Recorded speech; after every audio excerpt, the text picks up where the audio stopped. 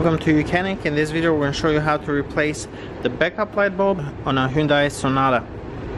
So once you open the trunk lid, you have this panel right here that needs to come off, and that is held in place with several of these plastic retainers. And the way that these come out, you'll need a Phillips screwdriver, and you just simply turn this a few turns. That comes loose like that, and then you can grab on that head and then pull these out. Okay, so you got these all around here. You got them there, you got one here and there. But once you take them all out, this whole piece will come straight out like so. So you can see we got a few, one there, there, over here, and the same thing on the other side.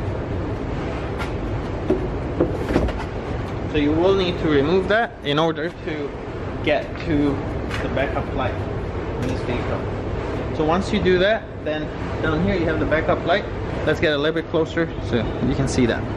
Okay, so right here we have the backup light bulb socket.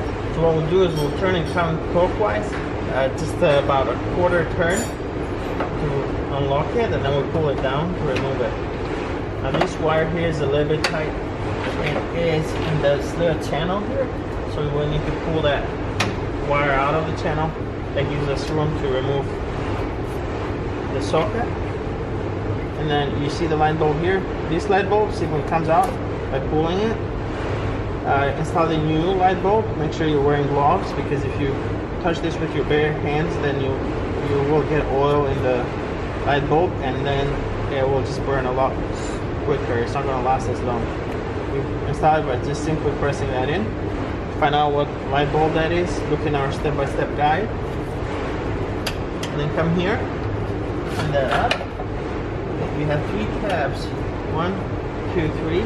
And the thing is that these tabs are different sizes, so you gotta line this up exactly how it was before you removed it, otherwise it's just not gonna sit in all the way. So you take that,